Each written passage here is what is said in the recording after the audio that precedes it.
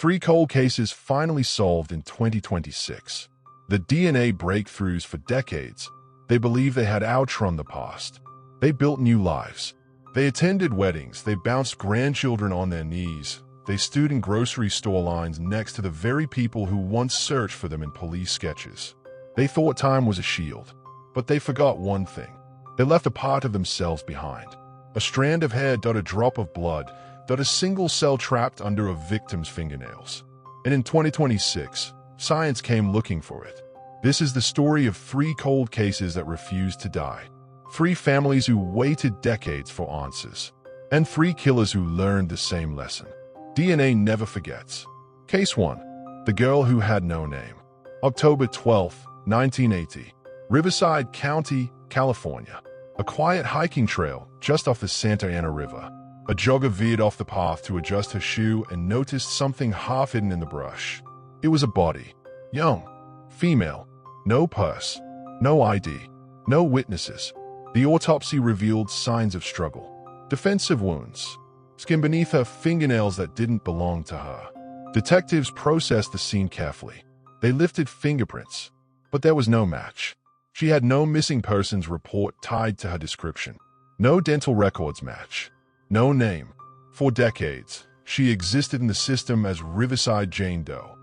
The file was thick but stagnant. Detective Harold Benton worked the case in the early 80s. He followed dozens of tips, interviewed truck drivers, questioned local construction crews, chased rumors of serial offenders passing through Southern California. Nothing stuck. By 1983, the case was officially cold. The evidence, including the fingernail scrapings, was sealed and archived. What no one knew then was that those microscopic cells would one day tell her story. In late 2025, Riverside County launched a cold case review initiative. New funding allowed partnerships with advanced forensic genealogy labs. Unlike traditional DNA testing, which searches criminal databases for direct matches, genetic genealogy compares unknown DNA to public ancestry databases used by everyday citizens researching family trees. Instead of looking for the suspect, it looks for relatives.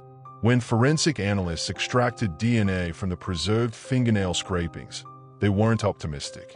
The sample was degraded, 4 to 5 years old. But new ultra-sensitive sequencing methods made it possible. The profile was uploaded. Within weeks, distant matches appeared. Third cousins, fourth cousins. The genealogists built backward. Census data, birth certificates, marriage licenses, immigration records. The tree slowly narrowed toward a family with roots in Texas and California. And then they found her, Elena Ramirez, born 1960, San Antonio, Texas. Reported missing in 1979 after telling her family she was moving to California for a job opportunity. Her sister, Sofia Ramirez, had never stopped searching. In January 2026, detectives knocked on Sofia's door. When they showed her the digitally reconstructed image from 1980, she collapsed into tears. "That's my sister," she whispered. After 46 years, Riverside Jane Doe had her name back. But there was still a killer. The male DNA recovered from beneath Elena's fingernails was run through the same genealogical process. This time, the tree narrowed to a set of brothers who live in Riverside in 1980. One of them stood out. Luis Calderon, construction laborer, lived 3 miles from the hiking trail. Arrested twice in his 20s for assault. No murder record. Luis died in 2019.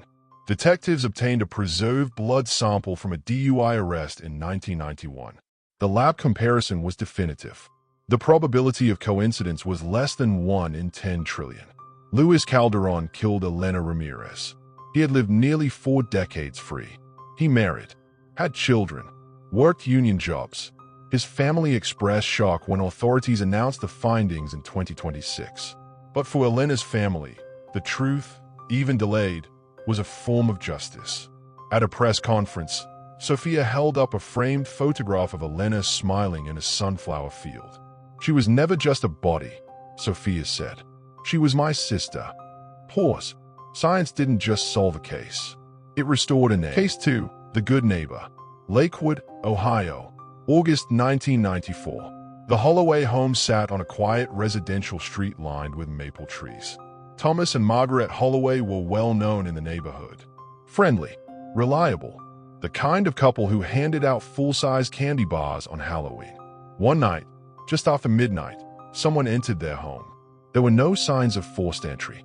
Thomas was killed in the living room. Margaret survived long enough to speak 2 chilling words to police. He knew.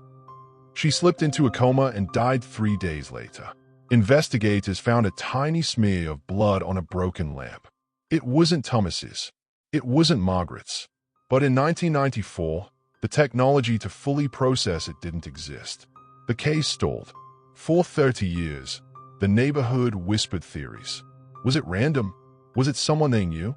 Parents warned children about strangers. But the truth was closer than anyone imagined. In 2025, Lakewood PD reopened the Holloway file. The preserved blood sample was retested using modern sequencing. A partial profile emerged. Detectives turned to genetic genealogy. Within weeks, analysts built a tree branching from a large Midwestern family. One name kept appearing in proximity to the Holloways in 1994. Gerald Whitmore, age 72 in 2026.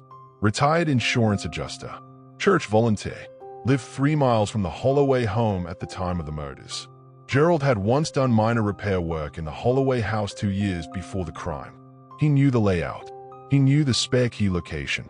Detectives began surveillance in late 2025. They retrieved a discarded coffee cup from his usual diner. The lab comparison confirmed it. Gerald Whitmore's DNA matched the 1994 crime scene sample. On January 14, 2026, police vehicles quietly surrounded Gerald's home. He answered the door wearing slippers. When told he was under arrest for the murders of Thomas and Margaret Holloway, he reportedly sighed. "I wonder when this would catch up to me." Interrogation transcripts later revealed a man who had compartmentalized his crime for decades. He described financial desperation in 1994. He claimed he intended only to steal. But Margaret recognized him. He panicked. Psychological profiling suggested classic cognitive dissonance. A man who viewed himself as moral while hiding a violent secret. For 30 years, he attended neighborhood barbecues. He borrowed tools from people who feared an unknown monster. In March 2026, Gerald stood trial. The courtroom was packed.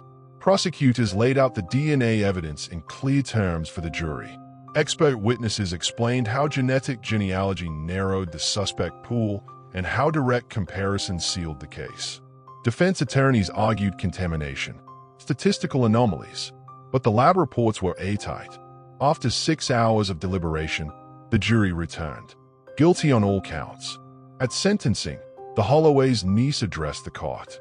For 30 years, she said, "We imagined a faceless stranger. Instead, it was a man who waved from across the street." Pause. DNA didn't just identify a killer. It unmasked Case 3, the impossible disappearance. Asheville, North Carolina, April 3, 2008. 22-year-old Brianna Cole left her apartment for coffee. She never arrived. Her car was found abandoned 2 days later. Her phone powered off at 2:17 p.m. There were no signs of struggle. The case baffled investigators. Internet forums exploded with theories. Human trafficking, serial killers, voluntary disappearance, aliens. One piece of evidence remained inconclusive. A single hair found in her trunk. No root. No usable nuclear DNA. For years, it meant nothing. By 2025, mitochondrial DNA testing had advanced dramatically.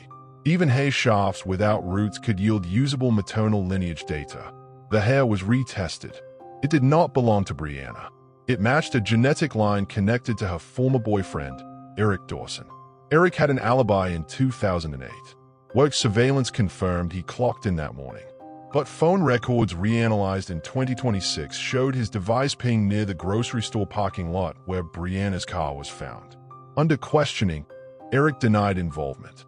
But when confronted with a mitochondrial DNA match and cell data, his composure cracked. He admitted they argued. He admitted pushing her. He admitted panic. He led authorities to a wooded area 9 miles outside town. Brianna's remains were recovered in February 2026. Eric Dawson's trial was emotional and relentless. Prosecutors framed the case not as a monster's crime, but as cowardice. He didn't plan murder, but he chose concealment over help. For 18 years, Brianna's parents held hope. At trial, forensic experts explained mitochondrial DNA in clear language. Jurors leaned forward. The science was complex, but the truth was simple. He lied. In June 2026, Eric was found guilty of second-degree murder. Brianna's father spoke at sentencing. "You stole 18 years from us," he said, "but you didn't steal the truth." Pause. Sometimes the answer isn't a serial killer. Sometimes it's someone close. The larger reality. Elena Ramirez, Thomas and Margaret Holloway, Brianna Cole. 3 cold cases, 3 decades of waiting, 3 breakthroughs in 2026. There are over 200,000 unsolved murders in the United States. Each file represents a frozen moment in time. But time is no longer protection. Genetic genealogy is rewriting the rules. Cold cases are being reopened nationwide. Retired detectives are watching old suspects finally arrested. And killers who once trusted silence are learning something terrifying. Every cell they shed can testify against them. The past is not buried. It is archived, waiting. If you believe justice should never expire, comment the cold case you want to see solved next. If you want to see science continue hunting ghosts, hit like and subscribe to Mystery Crime Cases. Because somewhere tonight, another evidence box is being opened.